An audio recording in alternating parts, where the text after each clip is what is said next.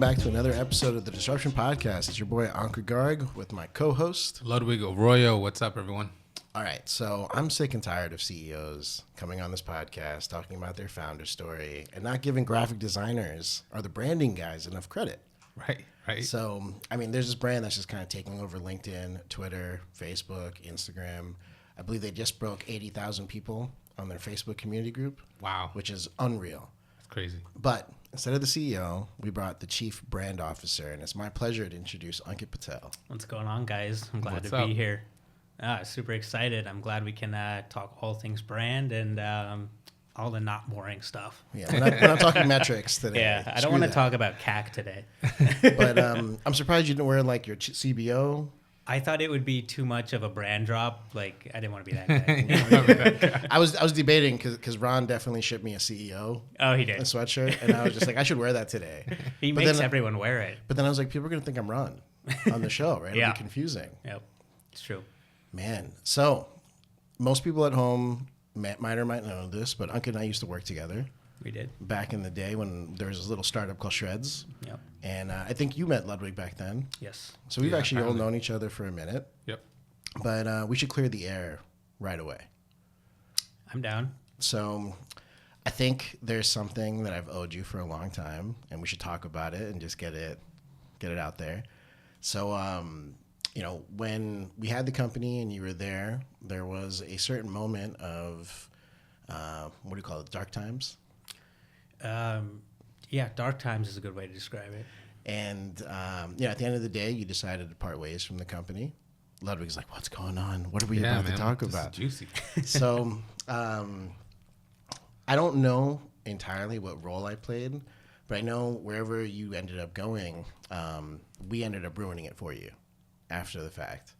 And so, again, I don't know 100% because this is a long time ago, and some of that stuff is kind of blacked out for me. Yeah. But I don't know 100% what role I played, but I know I had the power to stop it, and I didn't.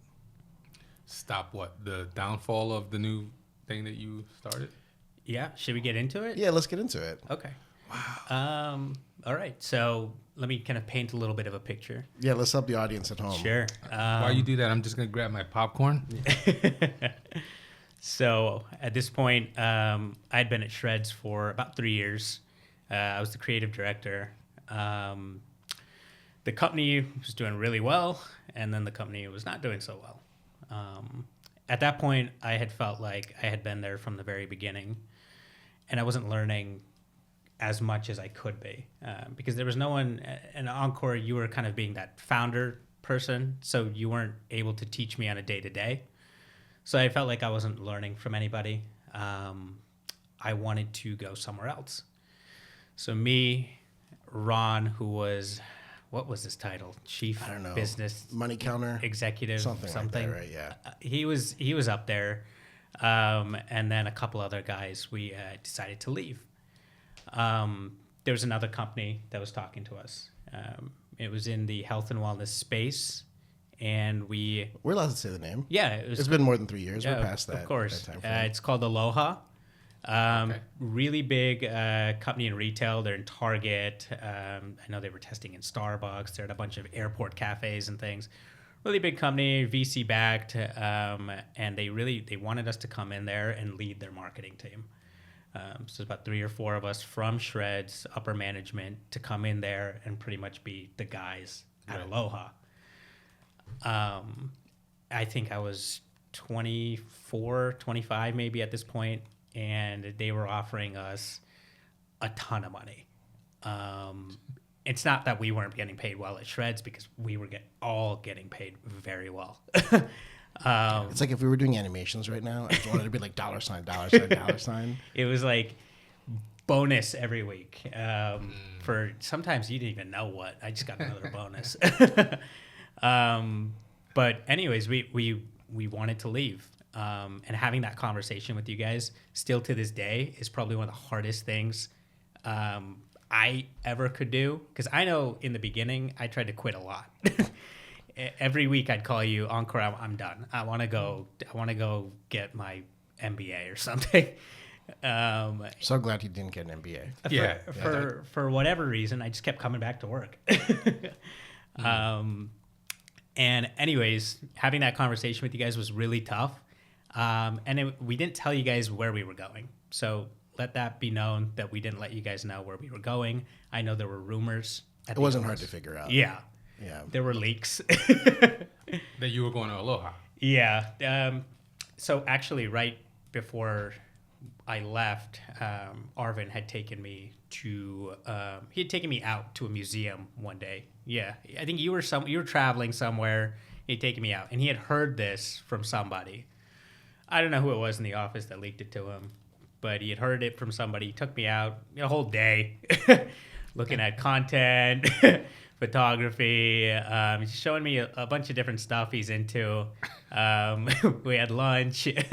Anyways, he pretty much told me, he'll give me whatever I want, and he'll get me an assistant. He'll get me manpower. If it's a bandwidth thing, he'll make that okay, and he'll give me days off, whatever I wanted. At that point, my mind was already really made up, and honestly, I felt really bad doing that after the fact that he had already done all that. And I have no bad blood with anybody. Anybody who gave me an opportunity or taught me anything. I don't think there's any way I could ever wish ill will towards them or anything of that sort. So it was nothing like that. But I wanted to make sure that we were all still cool. Anyways, we end up going to Aloha, and I think we're there for not even a month. We were just barely setting up that infrastructure. They were doing zero sales online, all retail. And just off the gate, we were doing $15,000 a day just by implementing the strategy we had learned. Things were great. We were in New York at the time, so we were meeting all these different people. We met Gary Vee one day. So we were going to all these different parties. Things were good. Next thing you know, we get a C&D, pretty much saying, we can't work here anymore. Yeah. Here's a long legal document, variety of reasons, poaching and non-competes. I was very naive.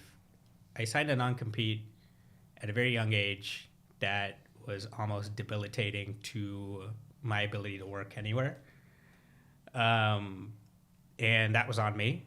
So although we tried to fight it for a little bit, we didn't have the resources to continue fighting that. Of course, yeah. We were just a bunch of young kids. We didn't really know how legal stuff works. And then it kind of came out of nowhere because I thought we had all left on really good terms. And I guess from my view of it was not everybody's view of it. Anyways, we kept in touch with some of these Shreds guys. So we spoke to them a lot about, they kind of knew things that were going on. So we were just trying to piece it together. But it was one of those things where, you're on a very high and you get your legs cut from underneath you really fast. After that, and honestly, probably the best thing that could ever happen to me is we went and just started our own agency. So after that, that's kind of when really the entrepreneurial mindset started taking over, and then we got to kind of where we are now. So you leave Shreds. Yeah. You go to Aloha. Mm-hmm. How long were you there before you had to? We were there for about 3 or 4 months. So 3 or 4 months working, everything's going great. You got the cease and desist. Well, we were working for a month. We got the cease and desist, and then we worked for 2 or 3 more months after that. Yeah. So Aloha, was it that Aloha had to let you go, or was it that they had to? Yeah, they had to. They were the ones facing the lawsuit. Right. They were facing it, so they also didn't want to put up a ton of money to fight this for us. Right. But again, they did right by us as well. They gave us a pretty big severance because they made the deal in the beginning, and we told them this could be a possibility, and they went ahead with it anyway. So wasn't the worst ending, but that's where we ended up. You said you were making really good money at Shreds? Yeah. You also said you got offered a lot of money at Aloha. Was the money more? So yeah, I'd love to get into that. At Shreds, we were offered an equity package kind of towards the end of my time there. A lot of people in that room were very excited about the equity package. But a lot of us, maybe a group of us, were a little bit smarter and understanding what this meant. The vesting period was ridiculous. How long? I mean, it was, I think, 3 or 4 years after the fact that we got that, after I'd already been working for 3 years.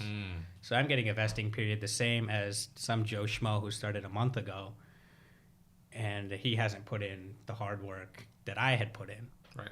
All water under the bridge. But Aloha was offering an equity package or a vesting period of 1 year. 1 year. Typical vesting period.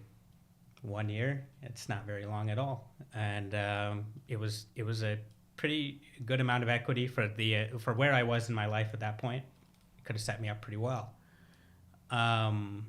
So that was probably the biggest factor. Pay wise, very similar. Okay. Yeah. So the reason you left obviously was toxic situation at the work at Shreds. One thing I will say is I was treated very well there. Okay. By Ankur, Arvin, whoever it was. If they needed to come to bat for me, they would. I had a really good setup there. As in, I was in Arvin's office, probably in the top 5% of people who were in Arvin's office. I was in there all the time. I was meeting with you all day, every day. I knew the inner workings of what was going on. Maybe not all the behind the scenes stuff and the drama and whatnot. But as far as how the business was looking, you guys are very transparent about numbers. You took care of me and you made sure things were always good for me. But I worked like a dog. I worked, you just talk about some of those working hours. It's 9 a.m. in the morning to 6 p.m. and then you get 2 hours of a break and then you come back again and you're working till, it wasn't uncommon to see the sunrise. So it was very, and we loved it, At the time, I can't say that I didn't love that grind. That put something in me. It put something in a lot of us. And if that didn't motivate you, I don't know what will. Because not only were we were working, but we were being properly compensated for that work. Yeah. So I can't complain. I can't complain about that situation. What was it that made you come back after the cease and desist and still have a great relationship with someone like Ankur or Arvin? I'm not sure if your relationship was good with him at all. Yeah. I'll be honest, I still talk to Arvin here and there. Not every day or anything, but we still shoot the shit. And the same thing with Ankur. I know we didn't talk for years, a long time. But had you ever reached out to me, or I know even if I had reached out to you, it would have been water under the bridge.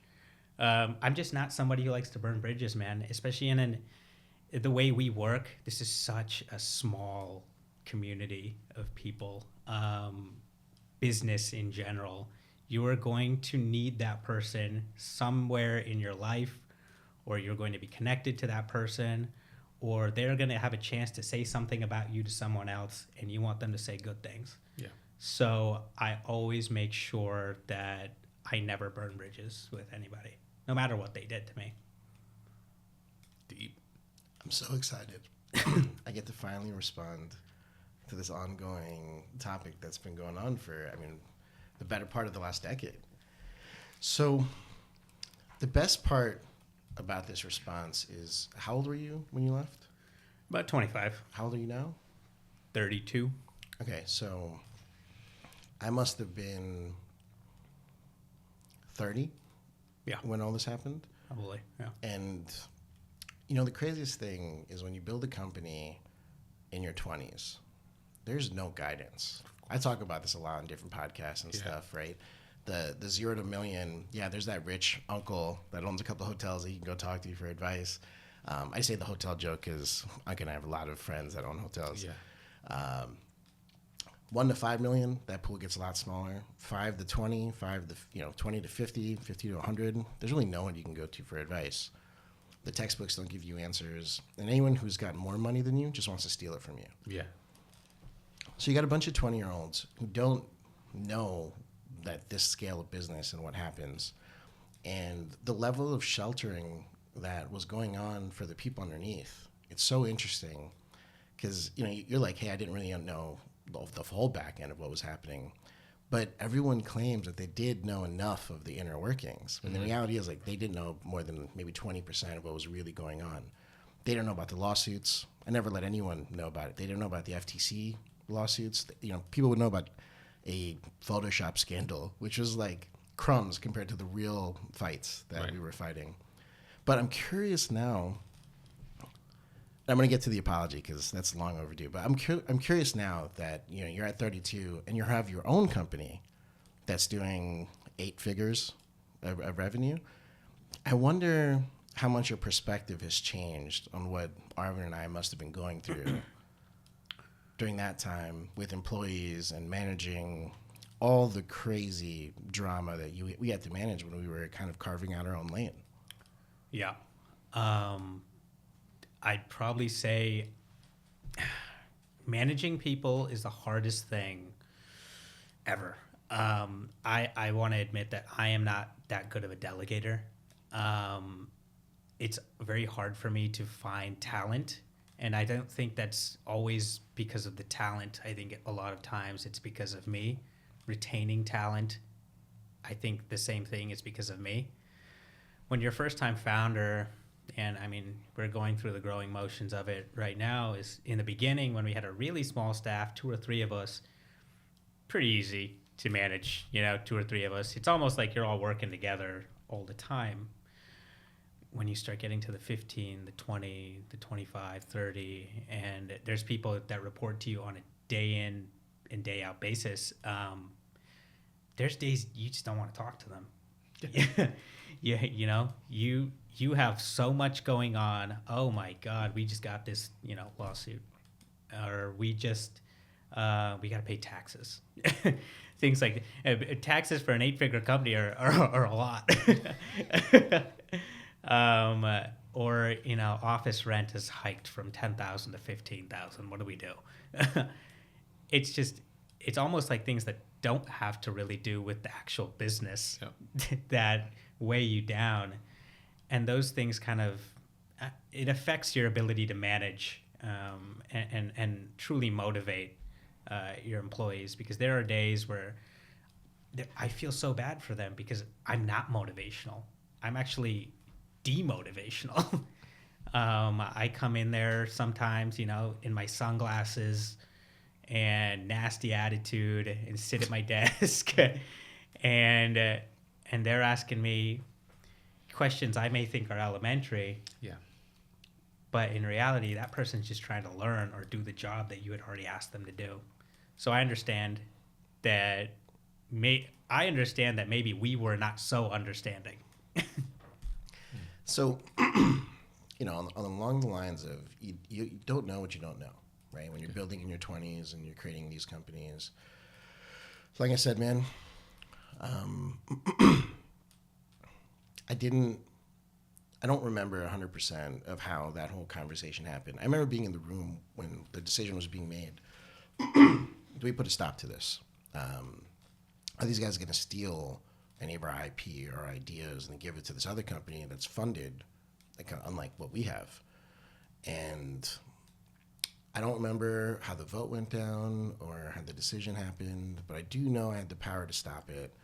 But I didn't have the life experience to know what the consequences would be of those decisions in that moment.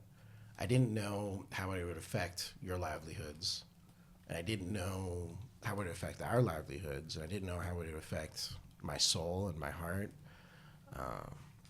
A couple of years later, I left. Yeah. Right. And the idea of leaving what was at that point in my life my biggest success, and it kind of turning into my biggest failure, it put me at a real rock bottom. And when I had to rebuild myself as a man and my confidence, and just learn to believe in myself again. What we did to you guys, and I go ahead and say that I'm part of the group.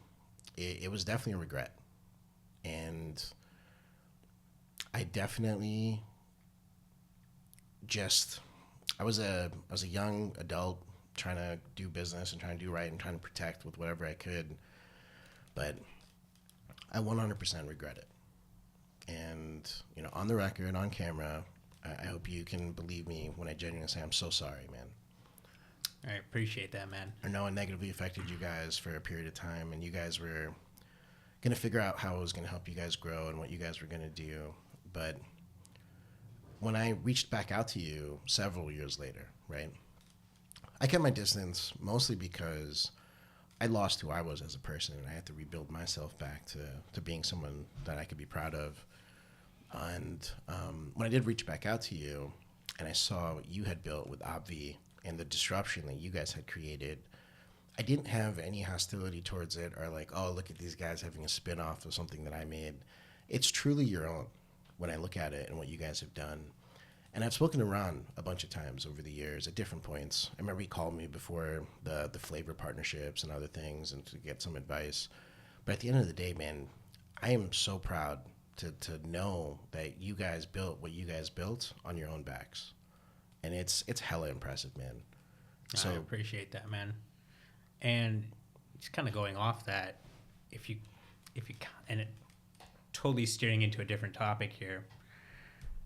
If you look at the talent you had in that building, you look at all the other 8-figure companies that probably came out of that.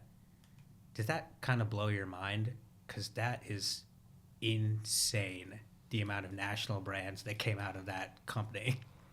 Yeah, man, I think about it all the time. I mean, we jokingly talk about this idea of like who really created social media influencers. Yeah. This idea of attribution segmentation. I mean, you guys know more than most. We genuinely created that from scratch. Yeah. Right? The idea of say my name at the door at the club, and so the promoter gets the $2 for that person. Applying that to social media, we changed everything. I couldn't count how many people called me for consulting throughout that process. So when you ask me, like, does it blow my mind? I mean, you might know of 20 brands that spun out from the people, but there's probably well over 500 brands that I've had my hands in over the years. And I mean, it's humbling, but at the same time, it's also a little sad because throughout my experience, I trusted the wrong people to protect my own. And having to rebuild and restart as many times as I've had to come to terms with the fact that I might have all the answers, but I'm still building and still figuring it out for myself and disrupting one more time, right? And figuring out where I'm going to go with it. But the brands that are publicly like known are spinoffs, like those 20. I mean, it's awesome seeing the work that they're doing. When I look at the graphic designers that went through the Garg school of Photoshop, and we could talk about the jokes of, the hovering hand over the mouse and whatever we else. got to get into that. But it's definitely cool. It's also pretty awesome when I see something online to know exactly who the designer was just from one glance. Mm-hmm. And that's an interesting skill that probably only maybe 4 or 5 of us have. Yeah. Because we were so intimately working together across, every platform. Yep. But yeah, man, I mean, I appreciate you accepting the apology. And hopefully, definitely is genuine from my part. But, I mean, you guys are crushing it. Thanks, man. Now, all water under the bridge. I want to move forward in a positive way. I feel like, there's a lot of synergies here. And we can create some cool stuff together just going forward. So I appreciate the apology. Apology not needed because I think everything happens for a reason, but I understand where you're coming from. So thank you. All right, we got to talk about gas. It just dropped. Yeah. Like 48 hours? 24 hours? It hasn't been. I can't say too much about it. Gas is going to be a arm under Chew on This. Chew on This is our media company that hosts our podcast and a couple other endeavors that we're in. But Gas is pretty much growth as a service, GAAS. It's going to be growth for SaaS companies. So right now, Ron and Ash, Shabir, Harry, the whole team is out in Las Vegas at Shop Talk, pretty much getting sponsors and getting SaaS brands to start working with us. And they've closed a pretty ridiculous amount of deals so far. So I'm looking forward to seeing those numbers continue to grow. Talk about disrupting again. These guys are literally creating their own lane for a whole group of people, a whole industry, essentially. Yeah. It doesn't have this type of service. I mean, I remember when the idea of UGC got created and then CGC, and now there's GAAS, right? GAAS. Look at you, man. That's cool. Can we go back to right around the time that you left Aloha? Because obviously, let's get that transition, Sure. right? You were a big setback, right? I don't know if financially it was a big setback, if that landed you in like broke status. Yeah. And how did you bounce back and then turn into an agency, then into Obvi, and then to where we are now? So kind of once we left Aloha, and I believe it was in the fall, I don't remember what year, but it was in the fall, and they had given us a pretty good severance package, which was going to keep us afloat if we made no money, probably for the next 3-4 months. Just because we had signed some apartment leases that were now way above our means, and we had no source of income. So pretty much what we did was the four of us just started applying to day jobs, as in like 9-to-5ers. Like I'm looking at graphic design postings at Toys R Us, and just like the bottom of the bottom. Not because I didn't think I could work somewhere else, but because I needed a quick job. Yeah. I couldn't be, going through all these I could do that in the long run, but at that time, I think that was the goal. But then also a beautiful thing in the background that was happening was we were starting our agency, and we called it Ghost 3 Media, because of our non-competes, we needed to be ghosts. Right. And we were going to be pretty much consulting for health and wellness brands. We worked with pretty big brands over the years. We were with Performix and Matt Hesse. I'm sure you know him. We were that whole Sparta thing, which was a whole conundrum on its own. We got them from doing $0 a day to $30,000 a day. Some other big ones too, RSP and a couple other big ones. Anyways, we did that for 2 years, and the whole goal was we wanted to come out with our own brand, but we didn't want to rush into something. We also knew sports nutrition in general was very saturated at that point. There wasn't much differentiations in the market. It was like protein, pre-workout, BCAAs, and this was kind of before the whole energy can craze came out. So we were waiting for something to click, and we were working at this place called Sparta at the time. Sparta Nutrition was a disgusting brand. It was one of the ugliest things I'd ever seen when they called us, and we had a meeting with them. But somehow they were getting these huge distribution deals. I was very naive at the time, and they were selling pro hormones. So it was very easy to get distributors if you're willing to take the risk of selling these pro hormones. And they were doing $0 a day online. Anyways, we ended up rebranding their entire product line, coming out, and this was about 40, 50 SKUs, and we said, get rid of the pro hormones. Let's do just regular stuff, protein, BCAAs, pre-workouts, things of that nature. Beautiful. Turned out to be a beautiful brand. It literally weeks after launching that, we were doing about $30,000 a day. We had meeting with GNC. We had a meeting with, I don't know if you know Bakery Barn. They were going to make protein bars for us. Funnier story. We made these protein bars with Bakery Barn. Delicious cereal bars. They got the Fruit Loops, the Lucky Charms, whatever. There's a ton of them now. We were the first ones to do it, I'm telling you. And we we took these to GNC for our meeting with GNC samples. They tasted them. They're like, holy moly! They had the drizzle on it, the whole breakfast bar thing. They were blown away. They're like, okay, we're gonna place a big PO here.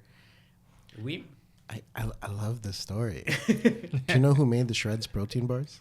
Bakery bar? Yeah, of course. Yeah, yeah. It's just so Did funny. they? All right, continue. So we're like, all right, we're gonna get this big deal done. Here we go. We made a mistake, or I didn't make a mistake. None of us made a mistake. The CEO made a mistake, and we're gonna leave his name out. You can probably Google it. But he went and told Bakery Barn, hey, GNC's gonna place this big order with us. What does Bakery Barn do? He calls Aaron Singerman, and he knows Aaron's gonna flip more bars than we are. Oh my God. So he calls Aaron, who obviously CEO of Redcon 1. 2 weeks later, we see on Stack 3D, which is this kind of this news outlet for supplements, Redcon 1 is coming out with these bars, and it's all over. And we're calling Bakery Barn. We didn't sign anything. Like, there was no signing of anything. So they didn't care. They're like, hey, this guy's going to push volume. Anyways, Singerman does the deal with GNC, and there we are, left in the dust. So after that happened, there was some, I guess, tension between us and the owners of that company. 'Cause I spent a lot of time on that branding of that bar, and it was really cool. And we weren't getting paid what we should be getting paid. They had cut our pay from a percentage of ad spend to a retainer model because we got to $30,000 a day, so it didn't make sense for them anymore. Anyways, then one day this guy brings his girlfriend in to give us a marketing lesson on a whiteboard. Oh my God. And we're like, okay, what is going on here? Anyways, we sit through it, we nod along, like, yeah. This girl has got a marketing degree from some community college and hasn't done anything in her life. So nothing against community colleges, but like, do something and then teach me. Anyway, she hadn't done anything in her life. At that point, we went to lunch that day, and the three of us, me, Ron, and Ash, were just like, all right, we're done here. Let's go start our own brand. And at this point, we didn't have a lot of money. We were living pretty lavishly as young kids in our 20s. We're hitting the bottle service. Anyways, we were like, let's go start our own brand. And it was that day I went home to my apartment. I was laying on the couch, and Mean Girls was on TV. And one of the girls said, Obvi. Oh my God. And I was like, wait, that's it. And I designed the label that night, mocked it up, and it doesn't look too different than what it does now back then. So I sent it to these guys, and they're like, let's do it. And the way we got into collagen was somebody at Sparta, their Amazon rep, said, hey, collagen's becoming really big. It's right when Vital Proteins started coming up. And we started looking at the Google Trends, and we're like, hey, what's missing here? Flavored collagen. There was a few flavored collagens, but they tasted really bad. Probably weren't using a proper flavor house. Anyways, we were able to create these cereal flavors. I was really mad about the bars, so I really still wanted to add these cereal flavors to the collagen. So we did, Fruity Pebbles, Cocoa Puffs, Cinnamon Toast Crunch, things like that. Ended up turning into like 50 SKUs at one point, but Oh my God. so we did that, and we released our first two flavored collagens. We didn't have a manufacturing contact at that point. And Ahmed reached out to us from Simpson Labs, who you worked with very closely. Ahmed reached out to us. He said, hey, come on out here, guys. And we're like, dude, we can't place the minimum PO. It's too much money. It's in LA. We fly to LA, coach, back of the plane. We get this Airbnb. We couldn't afford a hotel. We had to get an Airbnb in a really wrong part of town. There's a heat wave going on in LA. AC's not working. 3 of us are sleeping in the living room, naked on the floor next to a fan and somebody's laptop we're watching Netflix on. Every day after we would go tour the plant, we'd pick up Pizza Hut on the way back and a bottle of liquor. And we would just drink and eat pizza. And I remember the 3 of us looked at each other and we're like, we are never, ever going to get back to this moment again. Yeah. Like, I don't know if you've ever heard that quote. That man refuses to go back to the hell he came from. Mm-hmm. And at that point, I refused to go back to that moment. And I think the 3 of us made a pact at that point. We're going to make this work. And we made it work. Kicked in the door, disruption style with flavored collagen. Yep. Insane. Insane. So how did you convince everyone that Obvi was the right name for the brand? The truth is I didn't. When I came out with the packaging, it's loud. It doesn't look like a collagen. It looks like, a box of Fruity Pebbles or something. And that was kind of my whole thing, is I wanted it to be a cross of like a Nesquik and a morning cereal. So I told these guys, and they were very apprehensive about doing this packaging. They said, should we tone it down before we went to print? And I said, what's the point? We want to disrupt, right? So this is the only way we're going to be able to disrupt. And guess what? If it doesn't work out, we only ordered 5,000 of these.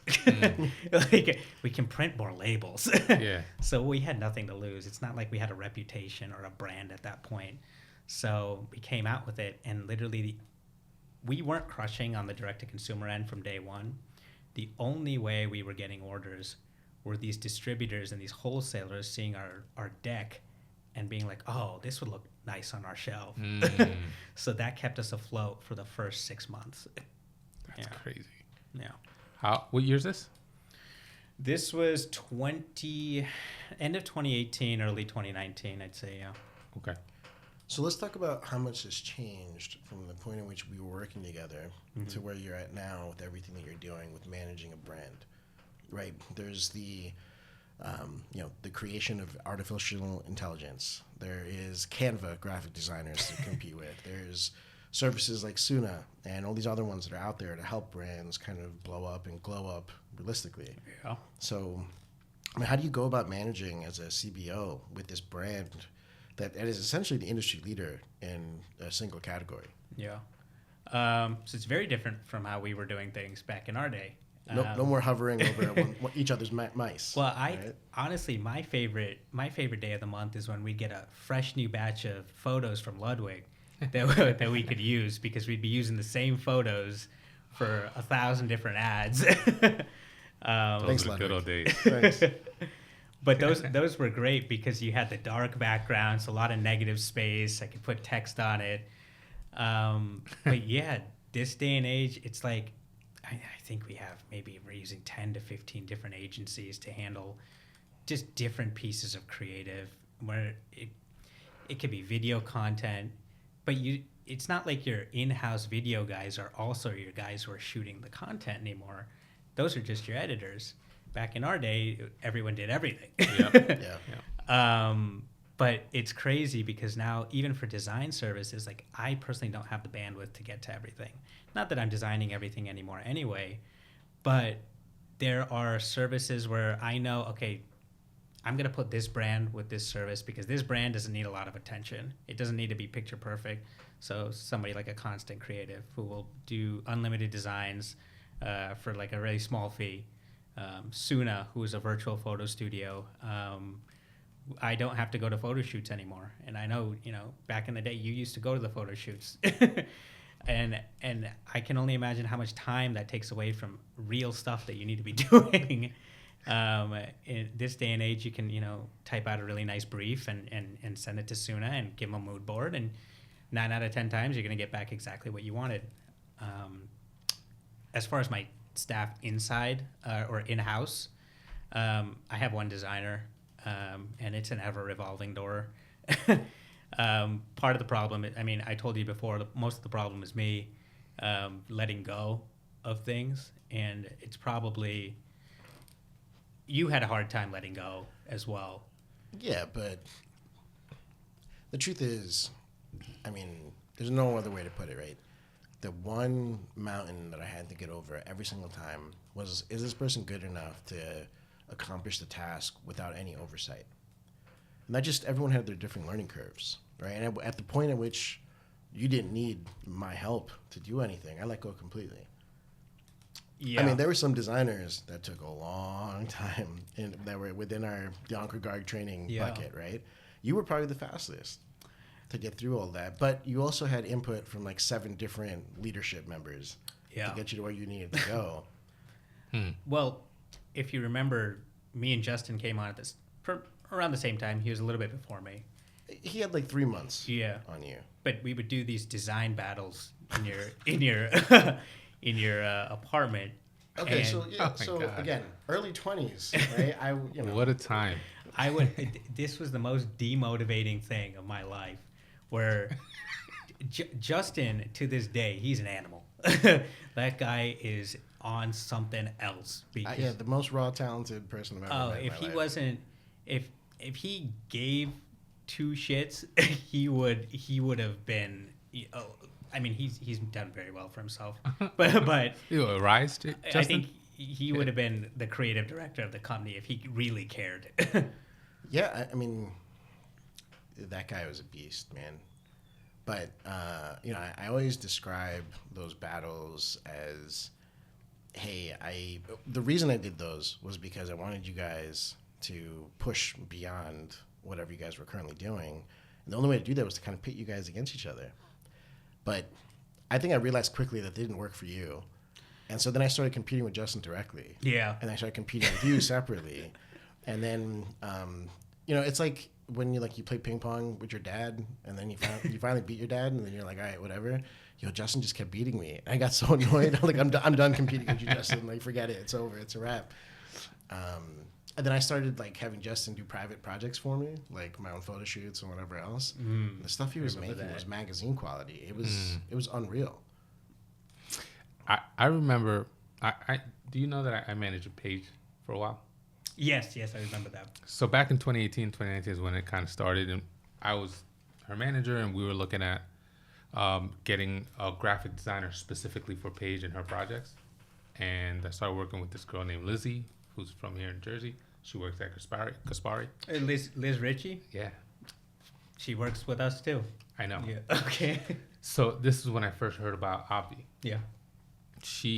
I had started talking to Lizzie a lot about different projects we wanted to work on, and she kept bringing up these 2 brands that had just come out and just hit the scene. And I was like, I never heard of these brands. Like, who are these guys? One of them was Ghost Nutrition, which is super cool, radical brand, completely shifted from the bodybuilder lifestyle. Mm-hmm. And Avi was the other one.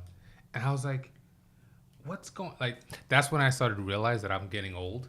You know how when you start listening to rap now, you're like, who are these guys? What's this guy's name? So that's how I was like, oh, okay, so these guys are killing it in a different way, disrupting. And it was really cool to see how here we are, now, 2018, 6 years later, you guys are still doing well. How is it that you guys are competing with these new brands that are coming out? How is it that you find a way to continue to disrupt? I'm a firm believer that your biggest competition is the Instagram scroll, right? Yeah. Like keeping somebody's attention. Yeah. How are you doing that now?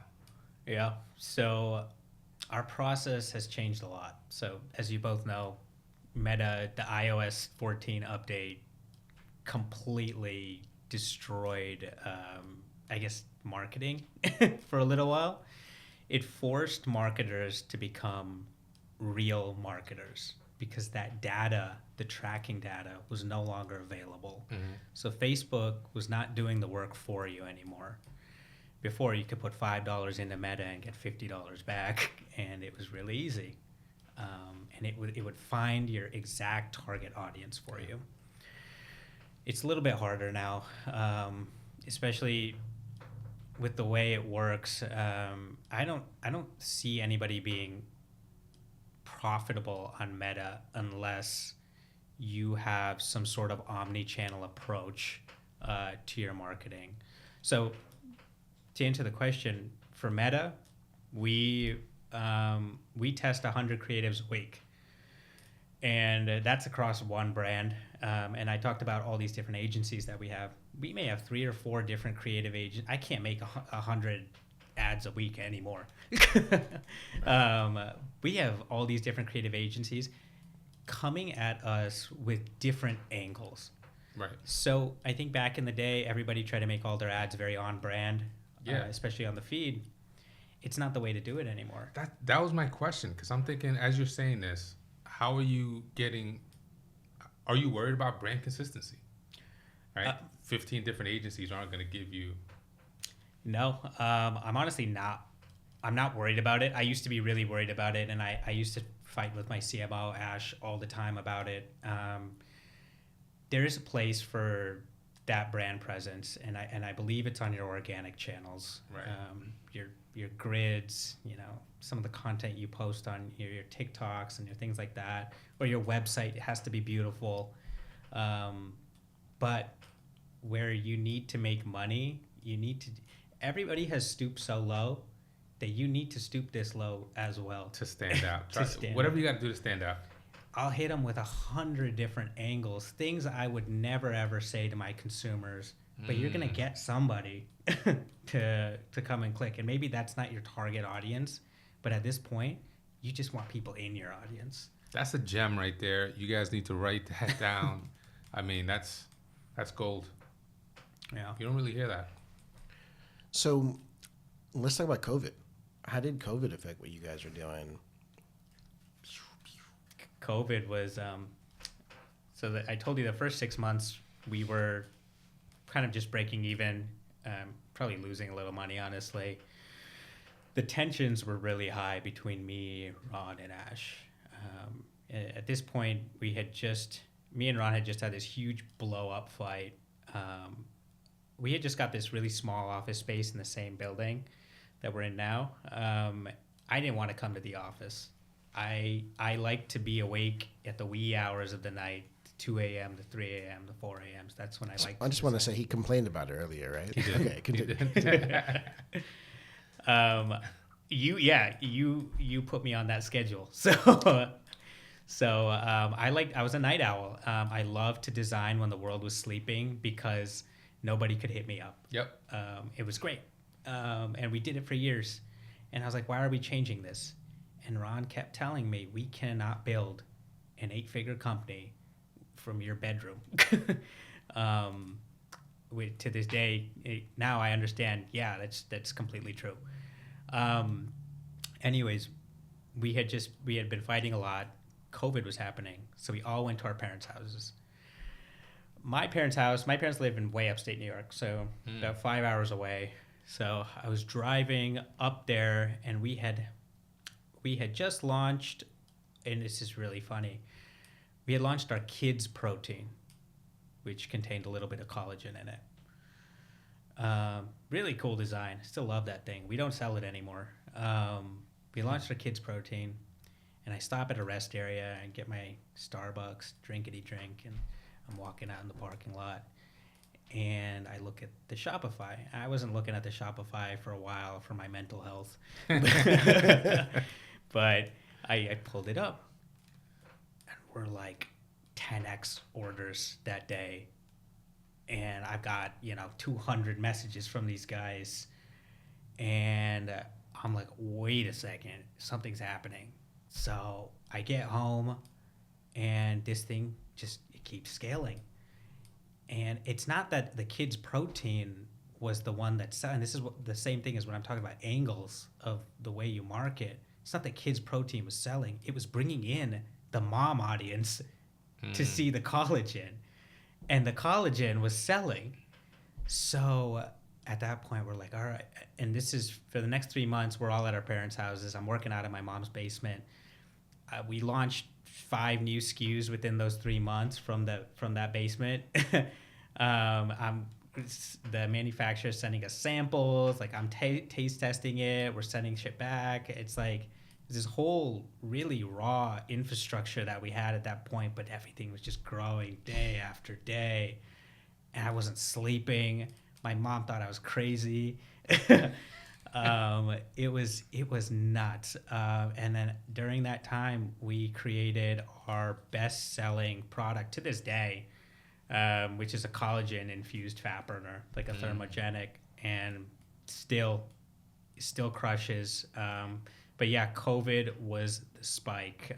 We went from doing, I think at the time we were only doing like maybe $1,000 a day to, tens of thousands.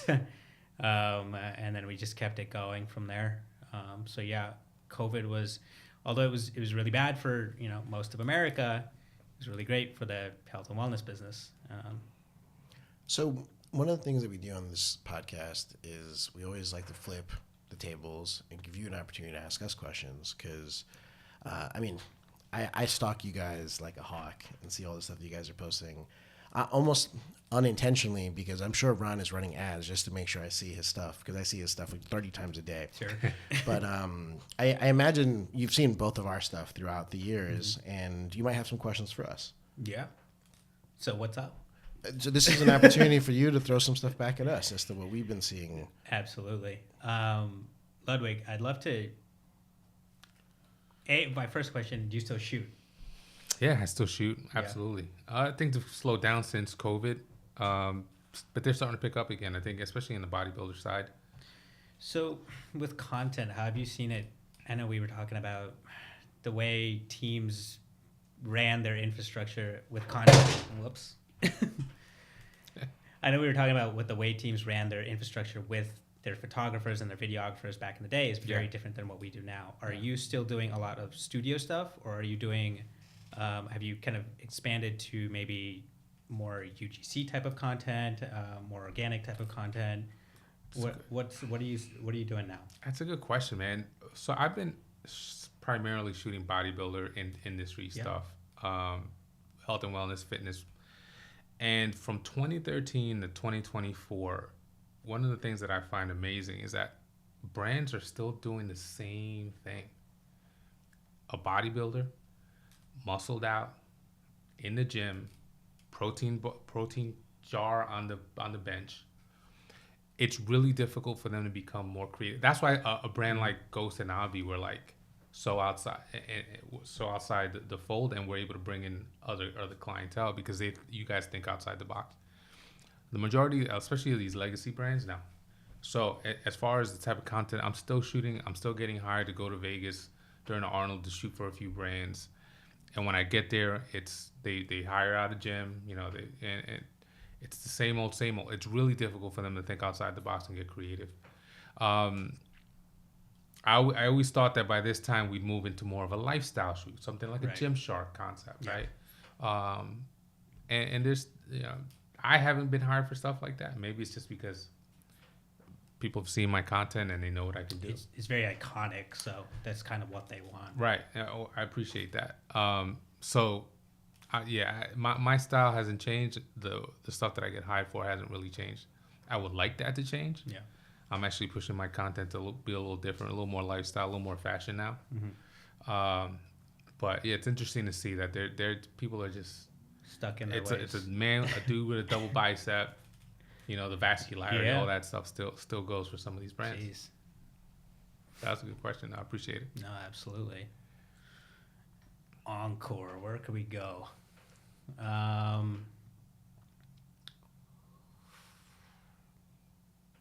So, here we go. The nitty gritty here. When we left Shreds, right?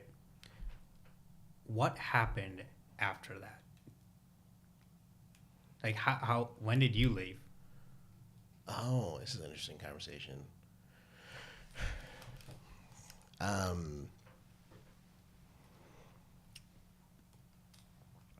So you know how earlier I said that there was a bunch of stuff that we sheltered everyone from, and I think the truth is, at a certain point, I couldn't fight the fight anymore.